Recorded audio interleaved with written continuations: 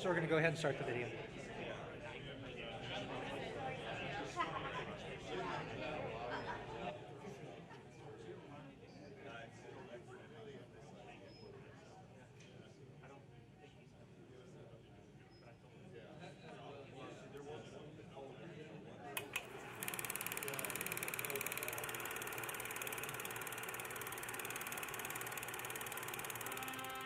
In 1955, Neil Armstrong became a research pilot at NASA's Flight Research Center in Edwards, California. Here, he flew almost all of the Century series of jet fighters, the F-100, the F-101, the F-102, the F-104, and the F-105. He also piloted the F-5D, the KC-135, the B-47, and his first flight was in the P-51. During this time, he served as a launch pilot on the extensively modified B-29 that was used to air launch the X-1E. He also flew the X-5, the first aircraft capable of sweeping its wings in flight, a technique in use on the F-14 and B-1 today. While at the Flight Research Center, Neil made several flights in the X-1B, a rocket-powered airplane that eventually reached speeds of up to 1,600 miles per hour. And in 1958, he was named as one of the original 7 pilots for the X-15 program, which was later acclaimed as the most successful rocket-powered research aircraft. Specializing in stability and control, Neil worked closely with engineers in developing an adaptive flight control system that would eventually allow the X-15 to fly near orbital altitudes. He piloted the first 4 flights on this system in the number 3 X-15 and later received the AIAA's prestigious Octave Chanute Award for this effort. Although originally developed in the 1950s to increase man's knowledge of hypersonic aeronautics, manned spaceflight was the immediate beneficiary of the X-15 research program. The program dramatically demonstrated the capability of the human pilot for employing a fantastic variety of acquired skills, sensing, judging, and coping with the unexpected. The X-15 was air-launched from as far as 300 miles from its destination. The rocket engine would only burn for 90 seconds until its fuel was exhausted, and the aircraft would continue to climb ballistically to altitudes in excess of 300,000 feet and speeds of over 6 times the speed of sound. Yet, barring any unforeseen mechanical problems, the pilots were almost always able to maneuver their hypersonic glider to a landing within 1,000 feet of their intended mark.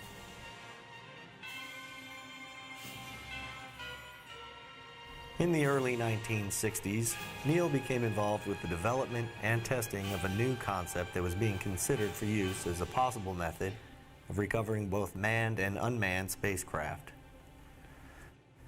Although the concept showed promise, subsequent testing revealed operational problems that made the paraglider more suitable to hang gliders than spacecraft recovery. It was during this same time that Neil, flying a prototype jet fighter, developed a technique for the abort rescue of a new manned spacecraft under consideration. It was called the X-20 Dinosaur, and it was built for the U.S. Air Force. It would have been launched into space using a Titan III booster. Once in space, the X-20 would orbit the Earth using a principle called dynamic soaring. Once the speed decreased, the spacecraft would re-enter the Earth's atmosphere and land like a simple glider. In all, Neil logged 2,600 flight hours in over 900 flights at Edwards, and all before becoming the most famous astronaut of all time. This was one of the most exciting places in the world at that time. The flight test world was filled with excitement. Dozens and dozens of new concepts and configurations in test, something new to talk about every day. And I believe that whenever I have the privilege of visiting here again and years ahead and ask someone, what's new? There'll always be something.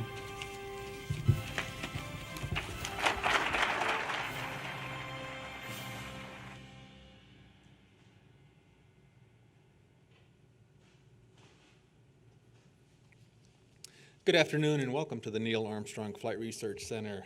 Before I get started, a safety message for our guest here today. Should there be an alarm, just exit to your left or right and gather in front of the building. Thank you for that. So today's speaker is Dr. James R. Hansen, who recently retired as a professor of history from Auburn University in Alabama. Our own Dr. Christensen was one of his students. I don't know if your wife was as well. Okay. He has written books and articles covering a wide variety of topics ranging from the early days of aviation, first nuclear fusion reactors, the moon landings, to the environmental impact of golf courses. Dr. Hansen is an expert in history of science and technology, especially the early history of NACA. He's the author of Engineer in Charge. This is a must-read for NASA engineers, a seminal history of NACA from its founding to, 1958, followed up by the spaceflight revolution, which was probably called Headquarters in Charge. Engineer in Charge was the title of the center director back in the old Langley days. His last visit here to the center was in 2005 when he came to share his new book, First Man, which remains the only authorized biography of Neil Armstrong. You know, lots happened since 2005. Our center's had the honor of being named for Neil Armstrong. The book had a lot to do with that. First Man told the story of Neil's years as a test pilot here in the high desert and in the title section, and you saw a lot of that in the video, was the real right stuff. Meanwhile, Dr. Hansen's been busy writing other books about astronauts, space shuttle, golf course architects, and keeping himself extremely busy. As we speak, a film adaptation of First Man is in the works with Universal Studios and Amblin Entertainment. The script is being written by Academy Award winner Josh Singer of Spotlight fame, and it'll be directed by Academy Award winner Damien Chazelle, who directed La La Land. Today, Dr. Hansen will explore the question, why was Neil Armstrong chosen to command Apollo 11, and why did he become the first astronaut to step out onto the lunar surface? Please join me in welcoming Dr. James R. Hansen. Thank you, David. Thank you. Thank you very much. Thanks very much for coming. It's a very special place, as you guys know. I really enjoyed my visit here when I was researching First Man and getting to talk to a lot of people. Some of them, I think, have passed on. Some of the colleagues that worked with Neil back in the 50s and early 60s.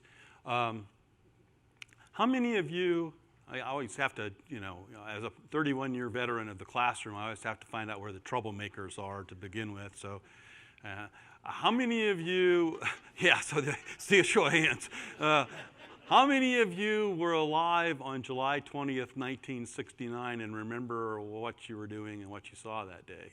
Yeah. So that's about maybe a little less than half. And of course, time marches on. And I haven't done the calculation recently, but I think it's somewhere between 80 and 85% of the human population living today weren't alive in July 1969. So it's really history for those that are the young people, and I'm so glad to see so many young people today. I've taught a lot of college students, college-age freshmen in college, all the way to grad students. Christian was one of our star graduate students, and Dr. Stephanie Smith DeVito was a colleague of mine at Auburn, teaching history of technology, so I loved to see them again. But teaching about the space program and about the Apollo moon landings, it's for them, students today, it's like talking about the War of the Roses or something, medieval history. It's so far back, and they didn't experience it. They might have heard about it from their parents or their grandparents. Only 12 human beings have ever set foot on another heavenly body, and those were Apollo astronauts. And of those 12, only 6 of them are still living. And I hope they stay living for a while longer. They range in age from, I think, 82, Charlie Duke, I think, is 82, to Buzz Aldrin. Buzz is the oldest surviving moonwalker. He's 87, turned 87 in January of this year. And of the 6 commanders of successful landings, only 3 of them are still alive. And so, we're unfortunately going to come to a point in time in history, it's just inevitable, that, we won't have, they'll be gone. And we won't have replaced them, it doesn't look like, and at least not for a while. Next moonwalkers may in fact be Chinese astronauts. It's yet to be seen. But it's, I think we just celebrated. I was in Wapakoneta, Ohio, Neil's hometown, a couple weeks ago to celebrate the 48th anniversary of Apollo 11, and there was a big event there, and Buzz came to talk. It's sort of been, my world sort of goes from one Armstrong world to the next. Here I am at NASA Armstrong. You know, I was at the Armstrong Museum in Wapakoneta giving a talk, 2 weeks ago. I was invited to the Armstrong family reunion out on the farm outside of Wapakoneta. Both of his sons were there. His sister was there. Jan, his first wife, was there. A big cookout at the farm where Neil was born. So I was there. I spent a large part of my summer at Purdue University in the archives where the Neil Armstrong papers are located. So, Neil Armstrong is still very much a part of my life, and this movie, I should perhaps be answering the question, instead of why Neil Armstrong, why in the world, why in the heck would you turn over your book to Hollywood? You worked so hard to get the facts straight, and now what do? You turn it over to Hollywood. But I think this has a chance of being a really, really great film, and they have involved me from the start with the script. I worked with Josh Singer, who David mentioned, the screenwriter. Dave Scott, the Gemini 8 and Apollo astronaut, one of the Apollo commanders, is a technical consultant. Mike Collins, the command module pilot for Apollo 11, is reading the script, as is Jim Lovell. Both the Armstrong boys have. Janet Armstrong has done so. They've tried really hard. They've dug deep. They've been out here. I think there's going to be a shoot out here, at least a one-day shoot, location shoot, sometime in the next couple of months. I don't know exactly. They actually went up into Juniper Hills, and they were looking for the cabin that Neil and Janet and his small family, young family, lived in when he was here. And they didn't have the exact address or anything, and I didn't plan to tell the story, but they were driving around. They just wanted to sort of get an idea of what the vantage point of the desert was from up in the hills. And so this guy was walking down the street. And so they stopped and they thought, well, we'll just ask if he happens to know, where did Neil Armstrong live? Well, it turned out that it was the guy that owned the Armstrong cabin. I mean, what are the chances? And so he said, yeah, come on. So he brought him in the house, and they took all kinds of pictures in the house. And down in the kind of, it's not quite a basement, but kind of on a lower floor in the concrete was the footprint. You know how people put footprint in wet cement? There was a footprint, and it was either of Rick Armstrong, who was the first son of Neil, or it possibly could have been little Karen, the little baby girl who died of a brain cancer when she was 2 years old. So anyway, let's everybody keep your fingers crossed. I think we could have a really special movie.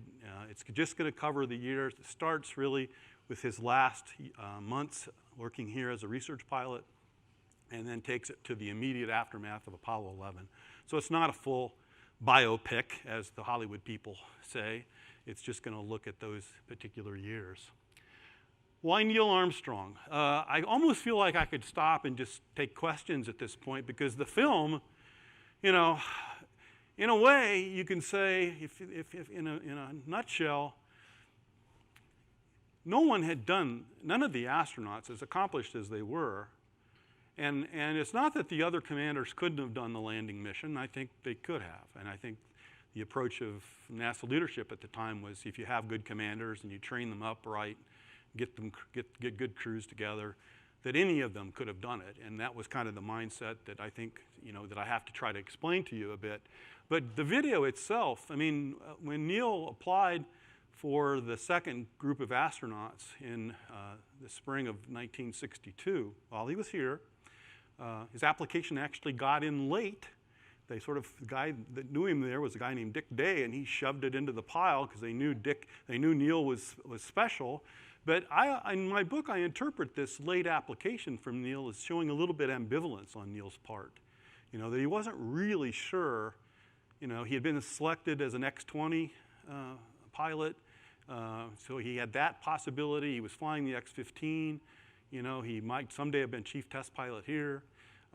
So he wasn't sure really about this, you know, but he made the decision, and I think the fact he was the only one with any rocket power flying experience that had applied, and from the astronauts that I've talked to that were part of his group and some that tried to get in the second group and didn't make it till the third group of astronauts, they all had what they told me in interviews was that Neil, they kind of figured Neil was a cinch, that there's no question that he was going to get picked, because he had this background that you just saw in 4 minutes, that none of them had anything that really approached that.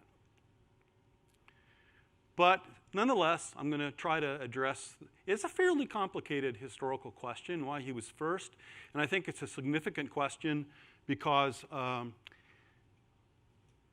there's a lot of myth. There's a lot of myths surrounding Armstrong generally, but there's a lot of myth and misunderstanding about why he was first. And I'm not going to, when I put up slides, I'm not going to read the slides to you. You guys, hopefully you can see it well enough. But here are 5 things that are still said about Neil and explanations you can find in different books or on the internet. People believe that that one of these reasons was the real reason. And I'm going to say something about number 1 and number 5, and that was I was at a meeting at Ohio State where in the spring when there was a new Neil Armstrong professorship created in the School of Engineering, and Senator Rob Portman from Ohio did the introduction, and he made the point that he said from the very beginning it was clear to NASA that Neil Armstrong was going to be the commander of the first landing mission, that he was so excellent and so outstanding that he was sort of preordained to be. Well, I wasn't about to, quarrel with Congressman Portman. Not about that anyway. I might quarrel with him about some other things, but that just isn't true. I mean, it's not true, and my talk today hopefully will lay that out for you. And then number 5, which I think is the one that is out there the most, because this is what NASA said to the public, to the press, and even to their own astronauts at the time, is that what dictated who got out first, so this is not just the issue of who's commanding the lunar landing, but who's going to be the first one out onto the surface, which became a big deal, that it was all dictated by the layout of the interior of the lunar module, with Neil standing on the left side. Of course, there weren't seats in the lunar module, didn't need to have seats. And Buzz was standing on the right, and the hatch was down here and opened in a certain way. And so what was explained to them at the time, and if you ask Buzz Aldrin today why Neil went out first, he would talk to you about number 5. That it was really dictated by the interior layout of the LEM and how difficult it would have been to change places and have Buzz go out first.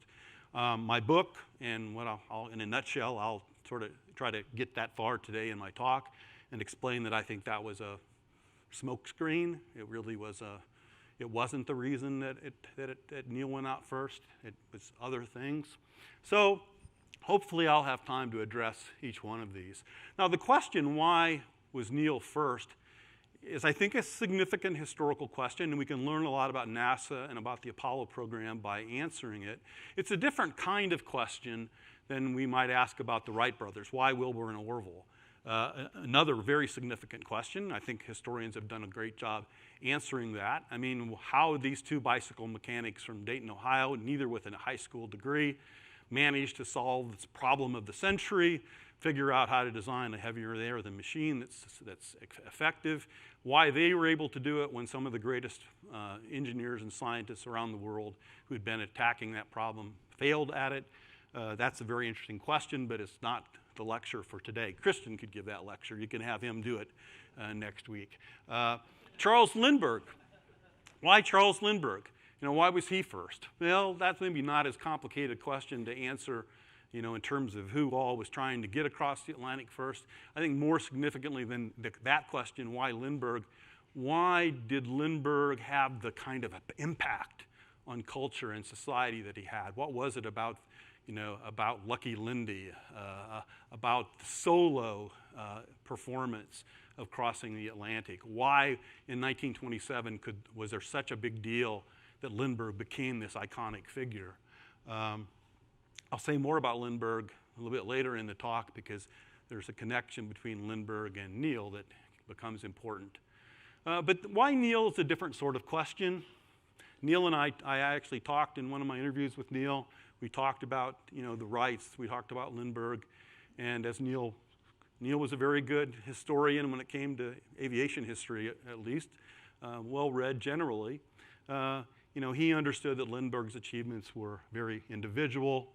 The Wright brothers, in a way, not that they didn't have, the impact of Octave Chanute and the correspondence that he'd gathered. The Wrights learned a lot from other people, but in a way, their achievement was pretty individual as well. Neil understood that what he contributed was in a different framework than those other two great achievements, because there had been over 400,000 individuals in government, in industry, in academia, that had been a national program, that the astronauts were just at the top of the pyramid, perhaps, but it was this huge pyramid, or maybe a better metaphor is kind of like an iceberg where you only see the part out of the water, but that mass under the water, which doesn't get seen, is actually larger. Neil understood that there were people that made contributions that were so significant, and it bothered him that he got as much attention as he did. He did one interview with 60 Minutes when the book came out in 2005. He was interviewed by Ed Bradley. Actually, Walter Cronkite came down to be part of the interview. They met at Cape Canaveral. And during that interview, which was really delightfully done, and I think everybody that watched it and that knew Neil well felt that it was classic Neil, and he was just a great. It was great to see him. I wasn't chosen to be first. I was just chosen to command that flight. Circumstance put me in that particular role. And to some, that might just seem like his modesty speaking. And he was a modest man, so I'm not saying that wasn't part of it. But I think even more than the modesty was he understood the reality of how this actually happened, what the reality of the Apollo program was. And he knew that there wasn't anything that preordained him to be the Apollo 11 commander. He was just one of the commanders in line with a crew, and depending how things developed, and things might develop in a very logical, in a way that one could expect, or there could be a lot of wild cards and accidents and things that happened to change. And Neil understood all of that. So that's when he said, "I just don't deserve it." He understood his role as the commander of Apollo 11 and first man on the moon, but to have the kind of focused attention and hero worship and iconography that came with Armstrong, and a lot of it that he would have loved to have lived without in his years after 1969. He was just being honest when he said, "I just don't deserve that much attention." Here again, in the case of Apollo, it was an effort of national will, hundreds of thousands of people involved. Just one very short anecdote. When I started research for the book, one thing I asked him at one point, it wasn't one of the early, because I sort of went through his whole life from his family background, and so I didn't talk about Apollo for probably 30 hours of tape recording. But I asked him, I was going down to Houston, and I said, "Who should I talk to in Houston?" And I thought he was going to say, go find, Gene Kranz, go find Gene Cernan, go find Chris Kraft. And I did want to go find all those guys. But Neil said, first and foremost, you need to talk to Emil Schieser. Emil Schieser? Who in the hell was Emil Schieser? I had no idea who he was. And I thought he was just pulling my leg. But Emil Schieser worked in mission planning, and was this really, really brilliant, probably genius man who worked in mission planning. And Neil was totally serious. You need to talk to Emil Schieser. And here was a guy that nobody had ever probably even interviewed for the purposes of learning about the Apollo program. But from Neil's point of view, he was one of the unsung heroes that was critically important to it. And there were others. The names of people he gave me, was not a list that anybody could have expected. The story of how the circumstances lead to Armstrong being in the right place to be commander of Apollo 11 really comes down to this person, Deke Slayton. And if you're a young person and you haven't studied the Apollo history very well, Deke Slayton is a crucial part of the early U.S. manned space program. He was one of the 7 original astronauts, along with Gus Grissom and John Glenn and Al Shepard and Carpenter and so forth. But the doctors found that he had a heart condition, a murmur that he essentially got grounded. And so he didn't get to fly. He was the one Mercury astronaut that didn't get to fly. He later got eventually into space as part of the Apollo-Soyuz mission in the mid-70s, the docking with the cosmonauts. But what they gave him was a more important role than he probably would have ever had as an astronaut, and that was he became the chief of the astronaut corps. And he was in charge of putting the crews together. Here you see him with Wally Schirra, one of the other original 7. And Deke's principle, you can see here how I lay it out in the book. His idea was you get a qualified commander. When you're putting crews together, on the top line, you're picking your very best guys. Here are your commanders. Once you've got the commanders, then you can fill in and get the crews underneath them. But first and foremost, you want the guys. And the commanders are almost co-equals. From Deke's point of view, they were all, they were going to be trained up for special missions, so it wasn't like they all ended up doing exactly the same thing. But the idea was that they were all of the same general abilities and capacities and leadership, that you could put them up, and then if missions got shifted where you thought you had them here, but then that didn't work out and you have to move to the next one, if you get the right commanders, you're a long way down the path toward being successful. In Slayton's memoir, which was published and finished after he died, so we still need a really good book on Deke Slayton. I think a real biography of Slayton is necessary. But in that memoir, Deke makes the comment that, of course, Gus Grissom had been one of the original 7 astronauts, and he'd flown Mercury, Gemini. He was part of Apollo 1. Of course, he's going to die in the fire on the launch pad in January 1967, along with Roger Chaffee and Ed White. And in the memoir, Deke Slayton says, if Grissom had been alive, I would have been strongly inclined to put him in command of the first landing mission. Now, some historians have taken that to mean that Deke would really have done that, would have made sure that Gus would have been the first commander of a lunar landing mission. I don't think that's what Slayton meant. I think he actually had a fondness, and he felt that Gus was a great commander, would be a great commander. But I don't think Deke's principle that we just looked at, I think he would have been just one of those under commanders, and Deke would not have manipulated the scheduling of the crews or the missions to make sure that Gus got to be the lunar landing commander. I just don't think that was what it was. But he did have a special feel for Deke, between Deke and Gus. So here, it could have been any of these Apollo commanders, any of these guys in Deke's point of view, Frank Borman, Jim McDivitt, Tom Stafford, Pete Conrad, Jim Lovell. And April 1967, this is a few months after the Apollo fire. And of course, the fire is a significant moment in NASA history. Some felt, there were congressional investigations into this. Some thought that, maybe the Apollo program should have the plug pulled. It was just because they had made such a apparently big mistake. They'd killed 3 astronauts on the launch pad down in Florida. The fire meant that the Apollo command module that North American was building had to be totally redesigned, and it was. But it wasn't just the redesign of the Apollo command module.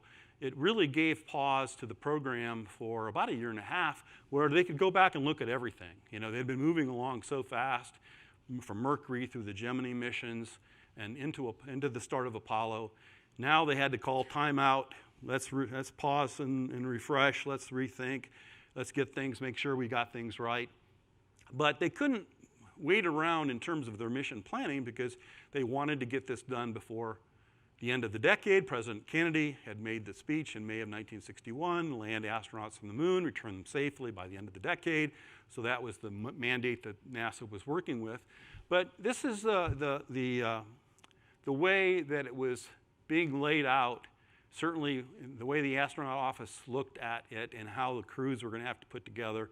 Virtually, it didn't go A through Z, but you saw what the A mission was supposed to be. The B mission was going to be an unmanned test of the LEM. C, the first command module test in low Earth orbit. D, the manned command service module and lunar module in low Earth orbit. E mission, the first landing was going to be the G mission. And then there were plans beyond that, H and I, and J, which were going to be the missions when the exploration got more extensive. So all this was laid out. And the idea was, we do A successfully, then we move on to B, we do that, move on to C. It's an incremental approach, systematic, make sure we know what we're doing before we move on to the next step. Well, in terms of the crew assignments, this is how it looked in 1967 after the fire. What Deke had in mind for the crews. Now, it's not going to turn out exactly like this, but that's my point. At that point in time, the Apollo 7 was going to be the C mission with Isley, Schirra, and Cunningham. Then 8 was going to do the D mission. That's Dave Scott there, so my captions don't follow the order of the appearances necessarily. Apollo 9, interestingly, this was going to be Borman, Anders, and Mike Collins. And then these are the backup crews. Cernan, Conrad, Armstrong. Armstrong was going to back up Borman on the Apollo 9, which was going to be the E mission.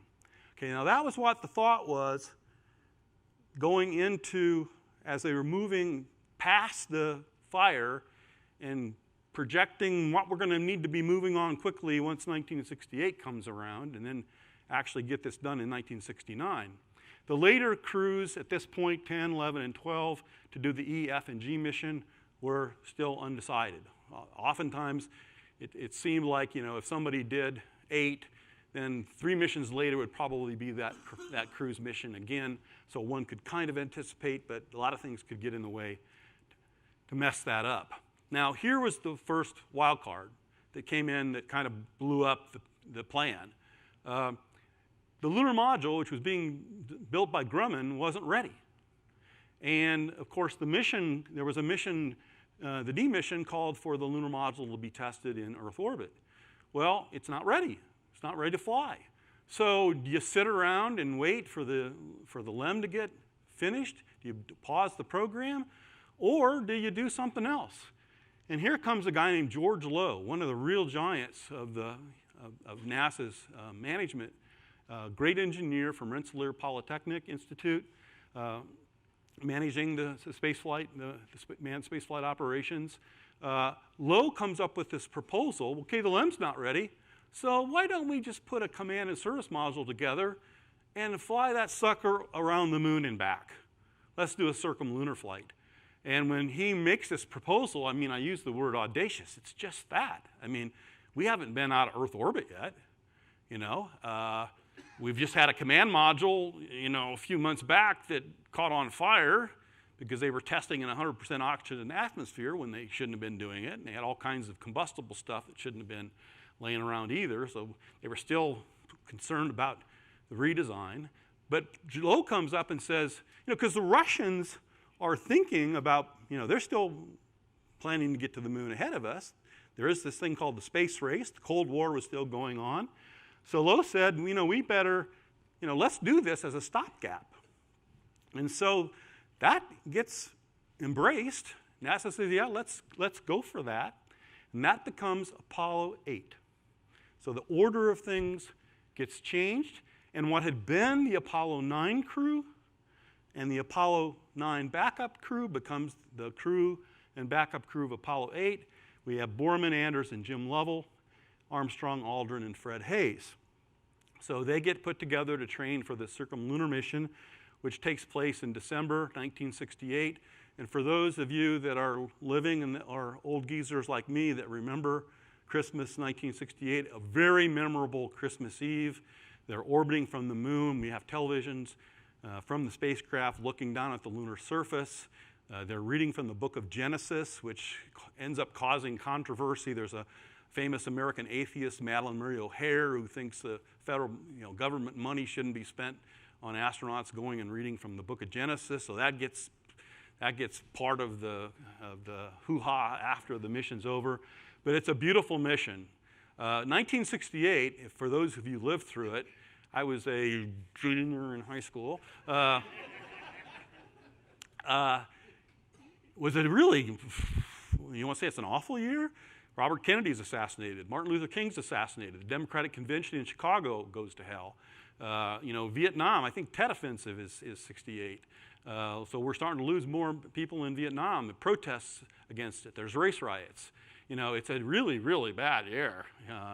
But some people say because of this mission, I forget the newsman or columnist who first made the comment, but said that Apollo 8 saved 1968. That it was such an uplifting moment. And I don't think anything could have saved 1968 from all of that tragedy. But it was a very strong, emotional, successful mission. They do circumnavigate. They do get back safely. It's a wonderful mission, and people remember it. So after 8's over, now we go to a 9 that's a redefined 9 with Dave Scott, McDivitt, and Rusty Schweikert. And this is doing the E mission, which is the lunar module's finally ready. So let's going to test it. We're going to test it in Earth orbit. First, make sure it's working in Earth orbit before we take off for the moon with it. So that's successful in March of 1969. Then May, we have number 10, which is really kind of a complete dress rehearsal for 10, or for 11. It is basically doing everything you need to do to land, descending, detaching from the command module, taking the lunar module down to within 50,000 feet of the lunar surface, and then realizing, well, we don't get to land. I mean, we've done everything, but we don't get to land. So that's the dress rehearsal, and that was very successful. So again, that's May, and now it's become clear for the first time that you've moved through F. The G mission's the landing. So now the next crew is going to be the one to do the landing.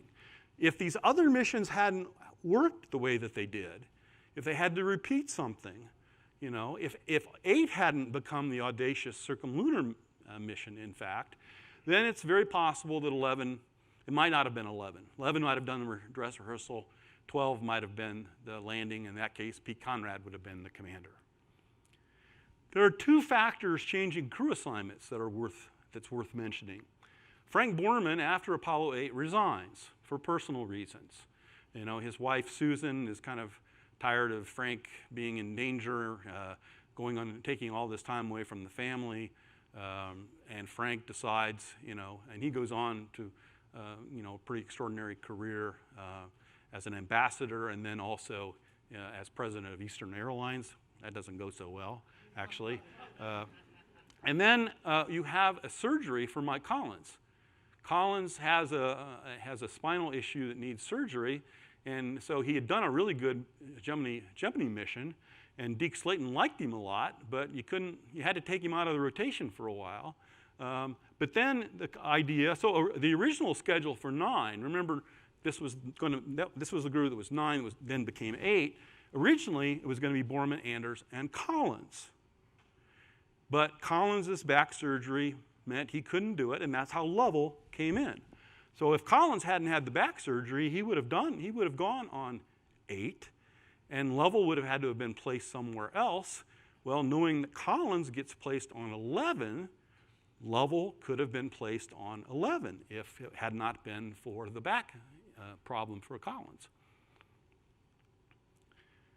So here again, Lovell originally scheduled as part of the Apollo 9 backup, and then he moves to the 8 prime because of the Collins surgery. Deke wants to get Collins back into the rotation as quickly as he can. So as soon as he's healed from the surgery, Deke puts him into the prime crew for Apollo 11. Now this is an interesting story that I tell in the book, which, believe it or not, the only two people who knew this story until Neil told it to me was Deke Slayton and Neil. The night of Christmas Eve during Apollo 8, when Lovell, Borman, and Anders were circling the moon, at Mission Control Houston, Deke pulls Neil into one of the back rooms and says, something that Neil kind of expected given the way that crews were put together, but that you were going to command 11. And 11, very likely, if things work out, 11 could be the landing. So Deke has this conversation with Neil. Neil knows he's going to command 11. Deke wants to know who he wants for 11. Of course, he's been training. He's had Aldrin with him. He's had Fred Hayes with him. Deke doesn't think Hayes is ready for the prime crew assignment. And Collins is now healthy again, so Deke wants to put Collins into the picture. So that's how Collins becomes part of Neil's crew, and Hayes gets pushed back. The other interesting thing that was said, do I see what my slide says here? Yeah, here we go. That same night, when he told Neil he was going to command 11, he asked Neil, do you want to have Lovell on your crew, in which case we'll put Lovell in Buzz Aldrin's place? And I think there's two things going on there. One, high respect for Lovell. Two, not every commander wanted to work with Buzz. Let's just face the facts. Frank Borman had made it clear to Deke and made it clear to me when I interviewed him down in Las Cruces, New Mexico. Borman had told Deke, do not put Aldrin on my crew. I'm not going to work with him. And there were other commanders who had reservations about Aldrin too, not because Buzz was incompetent. He was hardly that. A very competent and intelligent astronaut. But there were aspects of Buzz's personality that bothered a lot of the commanders. So here it is. What Deke is giving Neil is a chance to bump Buzz off of his crew. And what does Neil say? And I think this is illuminating. Neil tells Deke that night, can I think about it? Can I think about it overnight? Well, that sort of tells you something significant right there. I mean, Neil's going to think about this. He comes back to Deke the next day or night, and he tells Deke two things. He says, one, Buzz has been working with our crew fine. I'm okay with Buzz. And I think Neil was probably the best commander for Buzz to be put under, honestly. I think Neil's personality was such that he could handle Buzz, I think, better than maybe some of the other commanders could do it. So that was part one. But I think the really important part of Neil's answer was he told Deke, Lovell deserves a command of his own. Instead of making him lunar module pilot for me, for 11, when he gets back from 8, you need to make him a commander. That's my advice to you. So I think as much as wanting to make sure Buzz doesn't get bumped, I think Neil was more concerned that Lovell got a command. Lovell knew nothing about this conversation. Of course, none of them did. As I said, only Neil never told this story to anybody, and Deke never wrote about it. And when Neil told me, about a month later, I interviewed Lovell at the Astronaut Hall of Fame banquet in Dayton, Ohio. And I asked Lovell if he knew that this conversation had taken place and that he had had a chance, if Neil had agreed, to become one of those who walked on the moon first. And Lovell said he knew nothing about it. Neil had never told him that story. And I asked him, I said, well, given what happens, that you're going to command Apollo 13, and you don't get to the moon, you have an accident. I said, wouldn't you have preferred to be on the crew with Neil and be on the crew that landed first on the moon? He said, well, that's an tempting and very attractive notion, but I think maybe I was on 13 for a reason, And of course, we know he did a remarkable job, as did his other crew members. But I think that's an interesting story. So it became Armstrong, Collins, Aldrin. The backup for 11 was Lovell, Anders, and Fred Hayes. And so they now, after 10's successful, they move forward with the plan to, they know that they're going to give this landing a try, and it's going to be done in July. And again, to put this back into context, you've seen this slide, Neil is aware of all of these contingent developments that lead up to his crew and him being in the right place at the right time. But he knew it was circumstances that put himself there, that if circumstances had been different, it could have easily been one of the other commanders. And so that explains Neil's position, that he just doesn't deserve the kind of focus that a lot of people gave him. Now, up to this point, and taking almost all of my time, is explaining the contingencies that resulted in Armstrong being the commander of Apollo 11, and it was the first landing attempt. Having said all of that, I certainly I need to emphasize that Neil was certainly a great choice. I mean, as I said to you about your 4-minute video, I mean, you look at that and you go, duh, I mean, this guy's really prepared. Could anybody be better prepared than him, given the type of flying that he'd been doing, especially in the X-15. But this guy had proven himself. He was he was the real right stuff. He was a research pilot. There was one line in I love your video, so I'm not quarreling with the video. I'm just trying to use it to make a point. There's one line in there about how it said Neil approach the engineers or talk to the engineers about this or that. My objection to that phrasing in that narration is Neil was an engineer.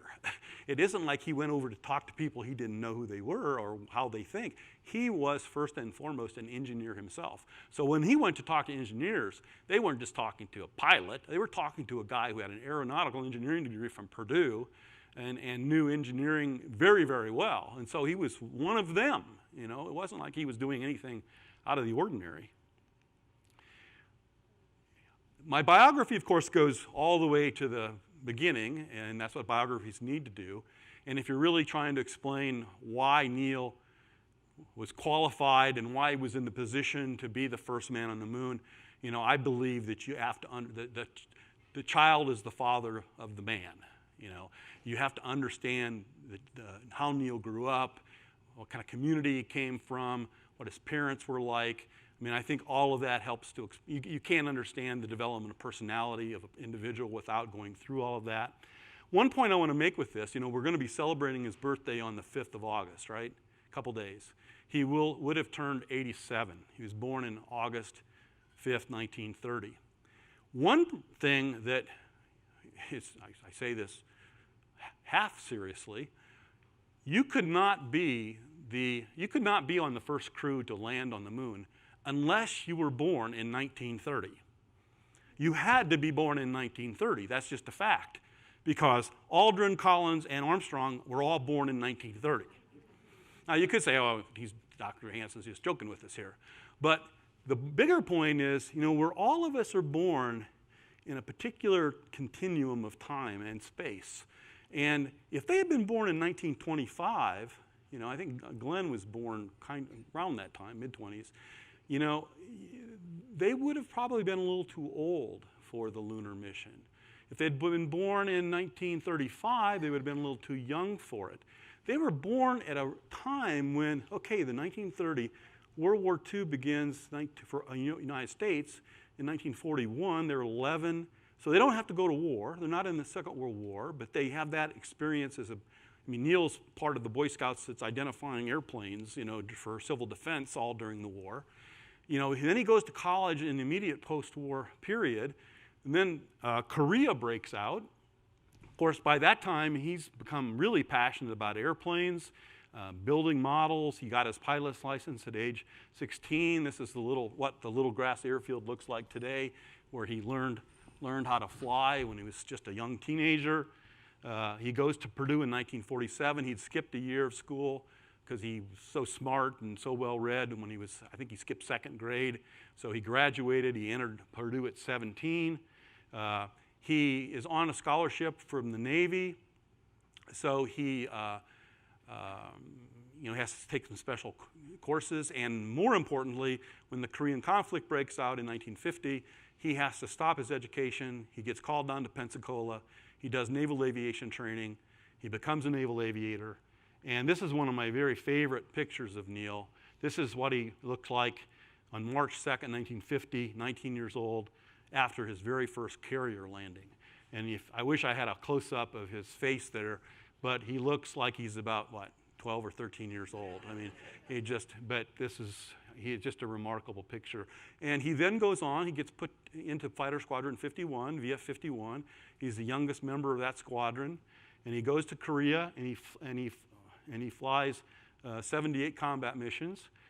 This is a point that if there's anybody in the Air Force out there today, you're just going to have to deal with this. It's just a fact that 6 of the 7 commanders selected for lunar landings were naval aviators. Dave Scott was the one exception. And the man who picked those commanders, remember, was Deke Slayton. And what service did he come from? United States Air Force. So, make what you want of this. I had a really nasty letter from an Air Force pilot after my book came out. He said, that he didn't see any reason why naval aviators were any better or couldn't have done just as good a job. And I didn't argue with him. Here's the fact. Deal with it. For some reason, is there something in the training of a naval aviator, especially the carrier, the landing on carriers, maybe there was something there, but that's just what happened. So here's Neil as a jet fighter pilot. He flew Panther jets in Korea, little arrows pointing to him. Incredible experience, extremely formative. And I tell you, his feelings for his squadron mates that were in Korea with him on the Sea of Japan, when these raids and bombing raids and strafing and all they did in North Korea,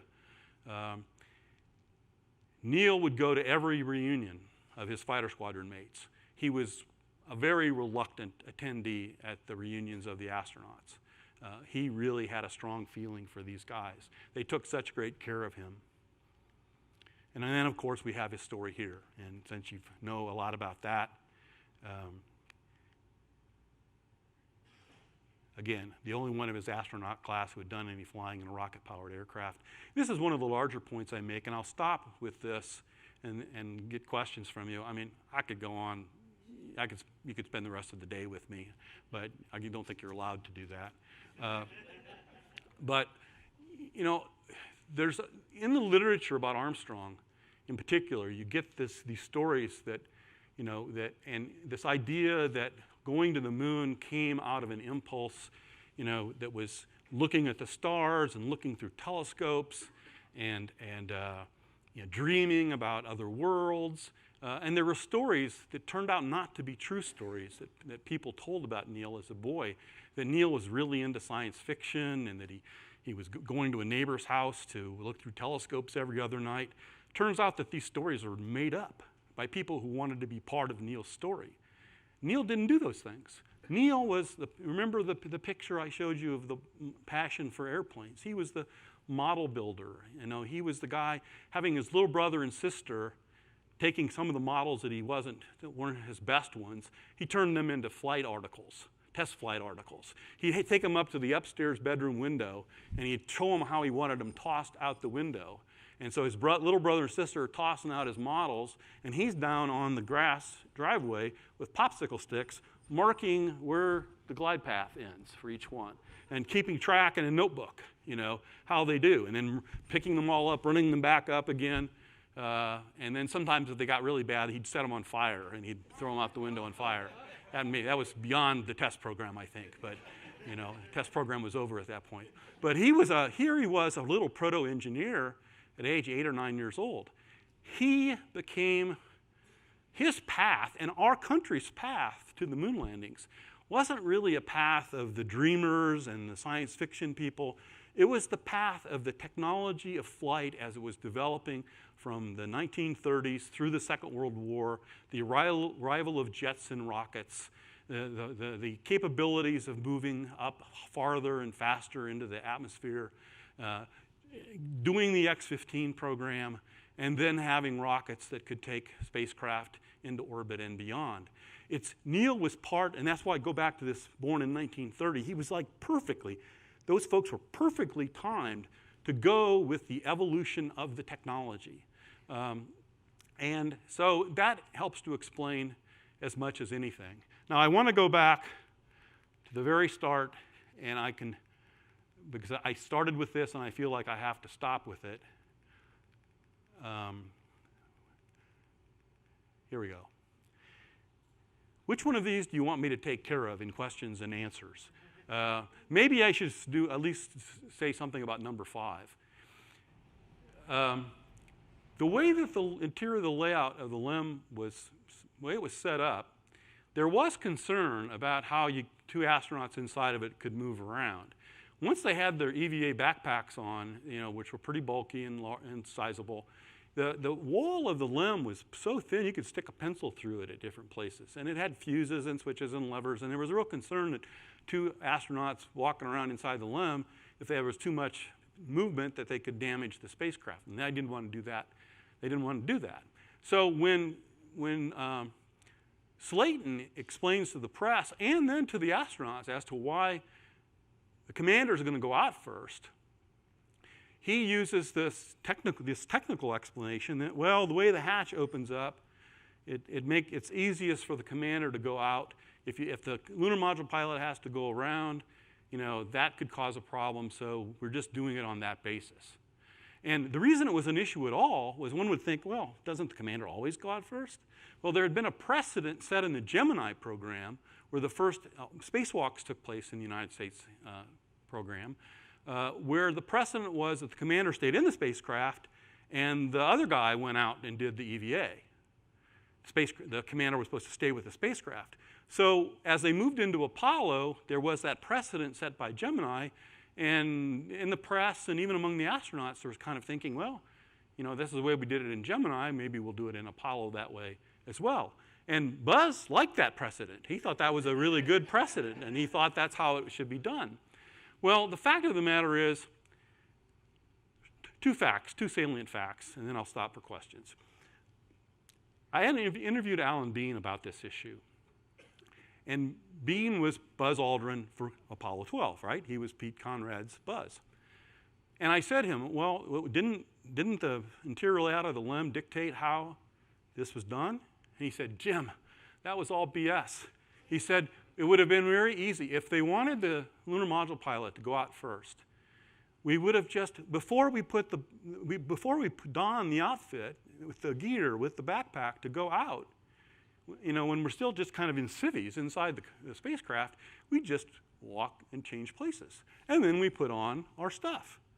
I could have been on that side putting on my stuff and could have been right out. He said there was no reason in the world that the layout of the LEM, if they wanted the lunar module pilot out first, it could have happened no problem. So that's one point. Second point, and this was something also that was a revelation in my book. There was a meeting between 4 key people in Houston. George Low, who you've heard mentioned before, the audacious proposal for Apollo 8. Bob Gilruth, the head of the Spacecraft Center, that became Johnson Space Center. Chris Kraft, who was the earliest flight director. And Deke Slayton, chief of the astronauts. And they had this meeting, and Kraft has told me about this, that it was a meeting about what was going to happen to the guy that was first out. And they knew that whoever it was going to become world famous, was going to become a historic figure. He's going to be on all the history books, first one to step out on another heavenly body. It was going to be another Lindbergh. Who knew what all was going to happen, but they were convinced it was going to be, this person was going to be under the spotlight for the rest of his life. And who did they have to choose from? Neil Armstrong, modest, no ego, they were confident he would never try to take advantage or exploit the celebrity, the position. Or you had Buzz Aldrin, who they knew fairly well that Buzz was a quite different sort of person. And it was unanimous. They didn't even really have to. There wasn't like a vote taken or anything. They all agreed it has to be Armstrong. Neil's the perfect guy for this. We can trust him. He'll handle this extremely well. Buzz, we don't know what he'll do, And so there was this decision. And of course, Deke Slayton couldn't come out of that meeting and really tell anybody the truth of the matter. He couldn't go to the press and say, yes, we've decided it's going to be Commander Armstrong because we just don't trust Aldrin to go do this. I mean, you can't say that, right? And you can't go to the astronauts. I mean, if you're going to get Buzz to calm down, because he had been going to Collins's office and other people and trying to campaign behind the scenes as to why he thought, well, shouldn't that Gemini president still be in place? And, I'm a lot more talkative than Neil. Neil's not going to go out there and be articulate, and, the space program needs somebody to really speak it up. And so Buzz behind the scenes was kind of pushing this, although he denies a lot of this and has denied a lot of this in later years. But, Slayton couldn't go to Buzz and say, Buzz, we just don't trust you. It's got to be Neil. So they stayed with the technical reason. They stayed with, it's just, we're dictated by the interior of the limb. And, Al Bean knows it's BS, and I think a lot of other people know it was BS, but it's amazing, again, if you talk to Buzz about it, and even if you talk to Neil about it, when I did talk to Neil about it, Neil would always sort of focus on that explanation too, because maybe he didn't know about the story of the private meeting, because that did come out a little bit later. Civilian, that's the last thing I'll say. There are still people who say NASA picked him because he was a civilian. Well, he was a civilian at the time of the program, of the Apollo 11 mission, but he had been a combat pilot, in Korea, and he had, resigned his officer's commission in the late 50s, early 60s, and so he wasn't active military. And the press did kind of think, well, this makes sense. We're in the Cold War. NASA's a civilian agency. Apollo's not a military program. So it must make sense for NASA to put out Armstrong as the main figure of this mission, first man on the moon, civilian. Well, the historians who've looked into this are quite confident that had nothing to do with the choice. It really had to do, with those contingent factors of how those crews lined up and whose turn it was and what mission needed to be done. Now, it maybe had some beneficial side effects, unintended benefits of being able to say, he's a civilian. But NASA never really promoted that, and it was just really picked up in the press as something they thought must have been a factor. So I'm out of time. I'm beyond time, I think. So, my wife, when I was writing the book, I talked about nothing but Neil. She gave me this rule that I could only talk about him once per meal. But she didn't give me a time limit. So even with time limits, it doesn't work too well. So Cam, is there time for questions, or do I need to tell him to go back to work?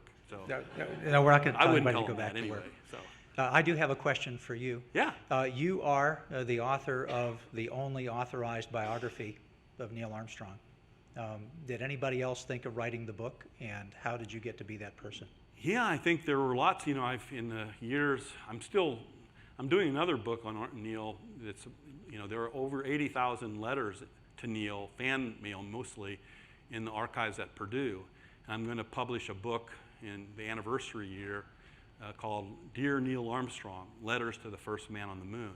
So I've read through 80,000 some letters, and some of them are really amazing. I mean, it gives you a really good idea of what he had to go through, because people were asking him for everything. I mean, they were never happy. And if they didn't get what they wanted, they wrote nasty letters back to him. The letters are really, really amazing. They came from all over the world. And some of the letters are fantastic. I mean, they're wonderful letters, nice letters. But to answer Cam's question, in looking at the letters, I found letters from Herman Wouk, from James Michener, from Stephen Ambrose, from Norman Mailer over the years. wanting to write Neil's life story. So authors much more qualified and better writers than me got turned down by Neil, and I was turned down originally. It's a long story that I won't start as to how it ended up that I got to do it. I think in the end, bottom line, is that he came to trust me. And I had a background. I had worked, David was kind enough to hold up my Engineer in Charge and Spaceflight Revolution book on Langley's, NACA and NASA Langley's early history. And I had shared those books with Neil. And I think Neil became convinced that someday he needed to have a book like this. He needed to agree to something like this at some point. He was 70, I think, when I first contacted him. And that I had a background in writing about engineering and writing about flight research that he appreciated, and he knew that I wasn't going to sensationalize his story. So I think again, timing is everything. I think I caught him at the right time. I also grew up, he grew up in northwestern Ohio. I grew up in northeastern Indiana, about 50 miles from Wapakoneta. And my accent even, and Neil's accent, are similar. And he came from a farming family. I came from a farming family. He lived in Ohio, went to Purdue. I lived in Indiana, went to Ohio State. And in fact, the road from Fort Wayne to Columbus goes right past Wapakoneta, Ohio. So all through graduate school, I was driving past the Armstrong Museum, never thinking that I would be doing this. So I just lucked out. It was the biggest moment in my career, and getting to know him. I had 55 hours of tape recorded interview with him. Most people got lucky to have any interview time with him at all. And if they did get it, they had to immediately ask what did you feel like when you stepped out on the moon? Which was like the last thing in the world he'd want to be asked for the umpteenth millionth time.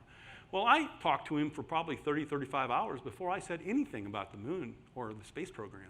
We were talking about the Navy. We were talking about what he was doing here. And he'd much rather, some of you that know him that are here, know that he'd much rather talk about airplanes than anything to do with the space program.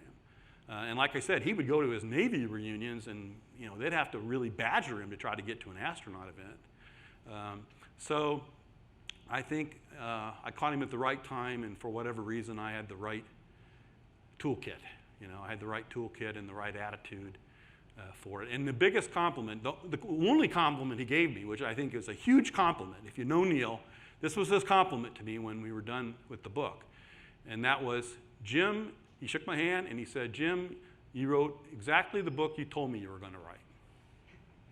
Now, that may not sound like much of a compliment to you, but you got to remember, this is a guy who people had tried to trick into and manipulate and exploit and tell him one thing and do another for his whole life post-Apollo 11.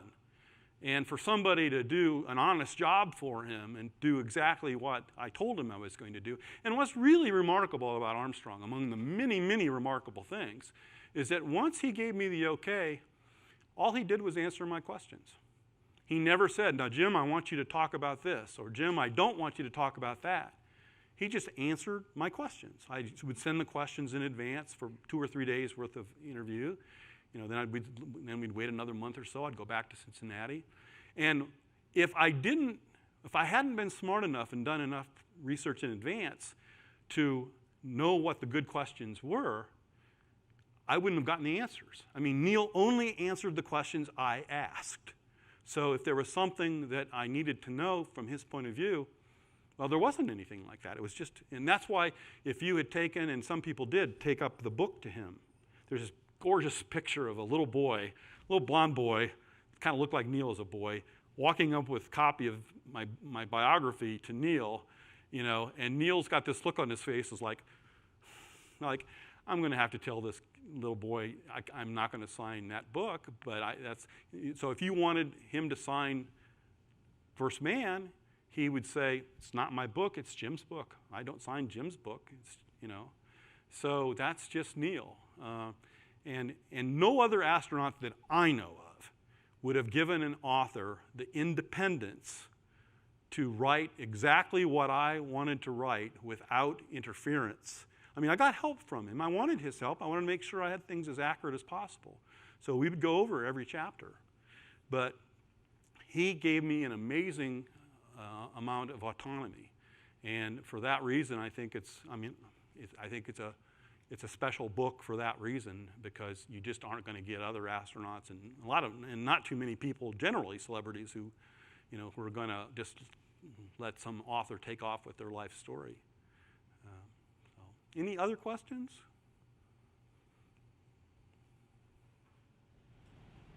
So I wanted to ask on maybe a reason that isn't up there, and any thought. Of course, Neil did a lot of development of the LL, the training vehicle, Absolutely. the research vehicle. And I think that was his expertise. So first time for a LEM landing on the moon, I'd almost pick him. Yeah. Well, I agree with you, and I would put that into the package of slides where I was talking about what he did here. I mean, and certainly no one else had the hands-on intimacy, not just with the training vehicle. I mean, Neil will have a exciting time. He's going to have to eject from the trainer in May of 1968 before it explodes.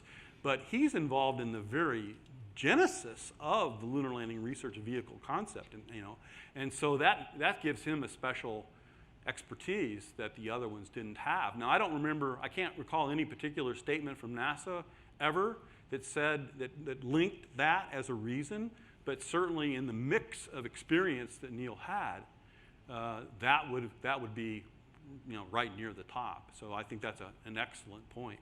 But even with all of that, having said that, even though there's every good reason to say he was maybe the best one for this first landing mission, I think from going back to Deke Slayton's principle, that if it had worked out where something slipped, mission slipped, crew assignments had to be changed, I think Deke would have had every confidence in Pete Conrad doing it, or McDivitt doing it, or So as inevitable and ordained and as appropriate as it seems to us today that it be Neil Armstrong, one thing that I believe deeply in history, and I think all historians do, things didn't have to happen at all. And they certainly didn't have to happen the way that they did. There are reasons why they did, and that's what historians do, try to explain, all the different factors that go into why something happened. But sometimes you have to sort of explain why it didn't happen, why the what ifs or the alternative paths, why they weren't taken.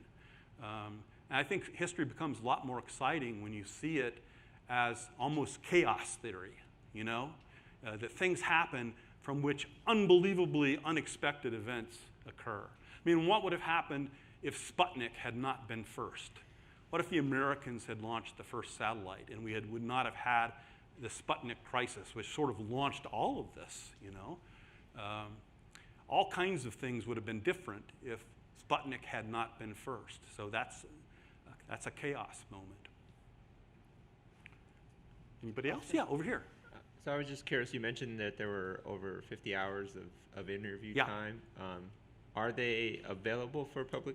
They are. They are in the Purdue archives. All of my research materials went to Purdue, and all of Neil's papers now are at Purdue. And Purdue is digitizing. All my recordings are on microcassettes, but they are digitizing. They might be finished with it. And I promoted a concept, and I think they're thinking about it. But here was a guy that was very hard to get to through most of the years of his life after Apollo 11, not doing interviews, and he was hardly a recluse. He made lots of appearances, but he was kind of hard to get to, and there was a lot of things he didn't want to talk about. But I have this idea that you have now Neil, put everything that Neil ever said, including my interviews with him, make it digital.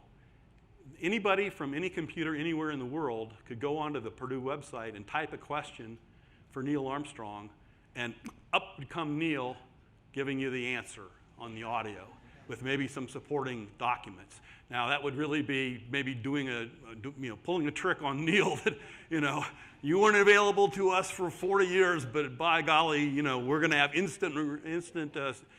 your instant attention from now on. But Purdue thinks that's a kind of a cool idea, to be able to have that kind of immediate access. So, and the technology's there to do something like that. Did Neil ever comment about any disagreements that he had with Buzz during the mission, or as they got close to the landing time, or? I certainly asked him a lot about Buzz, and there were certain issues for sure. Their approach to simulations was a little bit different. There was one famous simulation when the lunar landing simulator crashes. If you've ever seen, there's an episode of the HBO miniseries From the Earth to the Moon where they actually dramatize this time. And Buzz had an approach where he thought you needed to win the simulation. Neil thought you needed to learn as much from the simulation as you could. And so Neil would sometimes let simulations run, farther than Buzz thought they should go. And there was one famous instance where, the simulator crashes and, and it's clear that they're dead in the simulation. And Buzz is really upset about this. And Neil has to, Neil doesn't always explain himself to people. If he didn't feel like he needed to explain this really, but this sort of dragged into the evening, and Buzz was telling, over a glass of scotch, Buzz was talking to Collins about this and what had happened.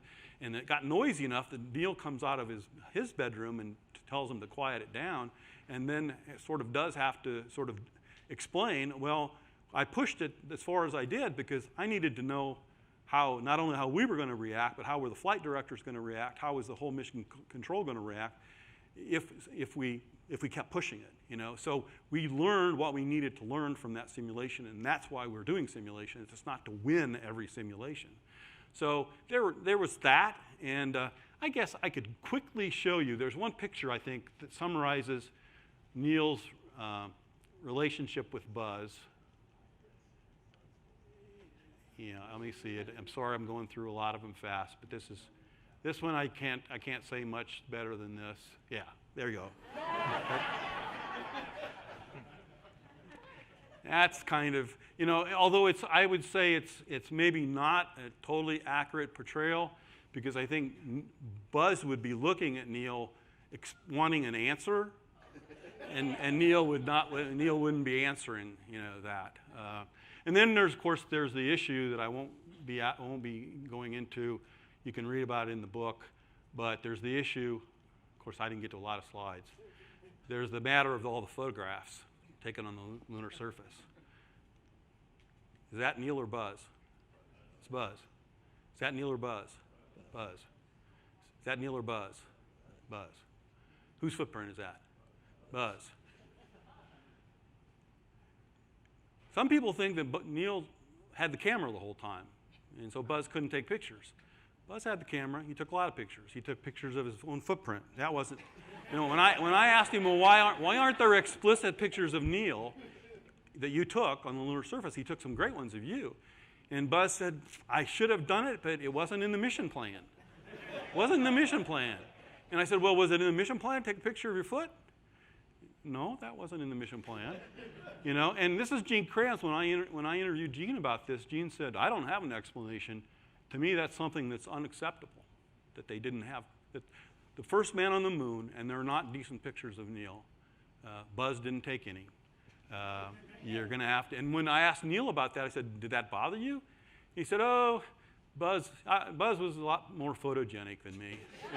Just typical Armstrong answer, and there's the story that if I had time, I could tell it, but it's, I'll just finish up with the last few. Here he is as when he was the NASA Associate Administrator for Aeronautics.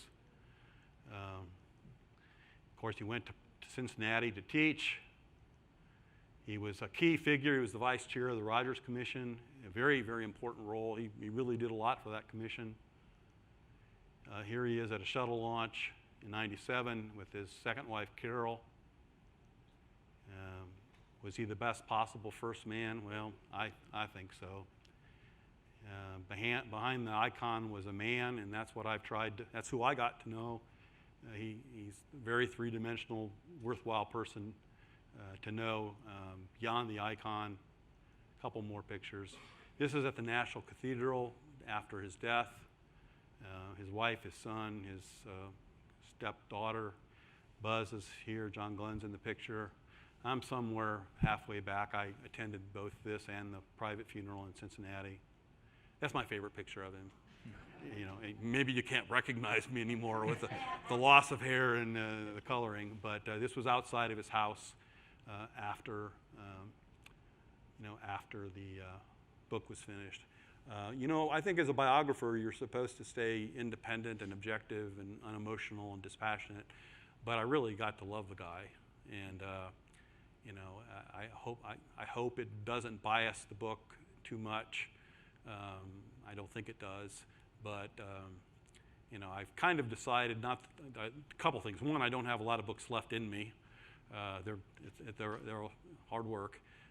And secondly, I don't think I'd ever do a biography of somebody that's living unless they're a really young man that's not expected to go for a while. His death in 2012 really hit me hard. And in my new edition of First Man, which will come out in a year or so, I'm dealing with the last 7 years of his life and his death.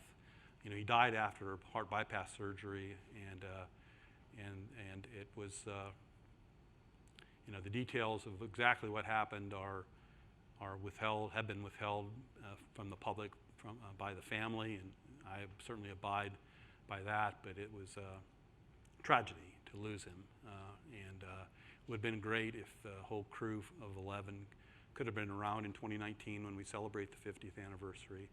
And so thank you very much for coming, and hope you learned a little bit, not just about him, but about Apollo and about the history of our, I mean, this is such an incredible place. You had a major, major role. If Neil had not been here, you know, he probably wouldn't have been the first man on the moon, because this experience here was so formative to what he did. So thank you very much.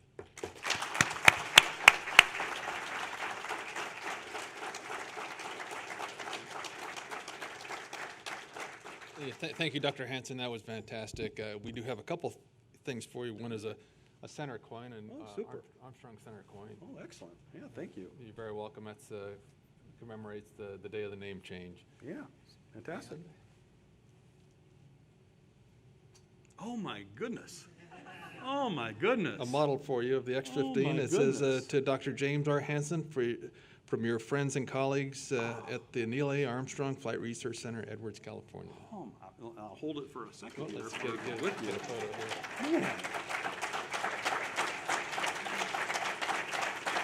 That is fantastic. Thank you. I had a conversation with Joe Engel about a month ago, and he was giving a talk at this event down in Arizona called Space Fest, and he had a model of the wasn't this nice a one, but he had a model of the X-15, and I was talking to him about some of Neil's flights, and so he was moving the X-15 around and turning it different directions, and so, oh, this is terrific. Thank you so much. I appreciate it from everyone. I think we'll have time for you to sign some books if you have a few minutes. So thank you. This is the end of the program, but we'll set up a table here and have Dr. Hansen available for you. Thank you again. Hopefully you guys can mail this to me. Yeah, we can ship that back to you. That's terrific. Okay. Certainly unexpected. I'll leave it here, Cam.